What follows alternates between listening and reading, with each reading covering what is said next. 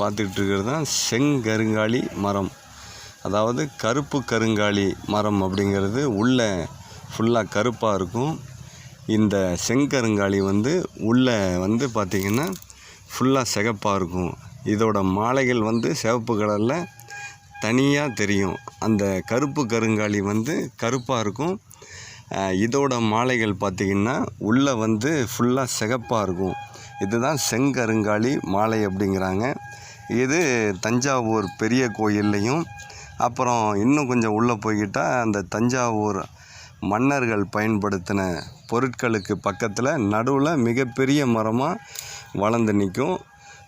அந்த வகை மரத்தை தான் இந்த வீடியோவில் நீங்கள் பார்த்துக்கிட்டு இருக்கீங்க. இதோட இலைகள்லாம் பாருங்கள், கொஞ்சம் வித்தியாசமாக இருக்கும், தனித்தன்மையாக இருக்கும். அந்த கருப்பு கருங்காலி மரத்தில் முள் இருக்காது, இதில் முள் இருக்கும் நண்பர்களே.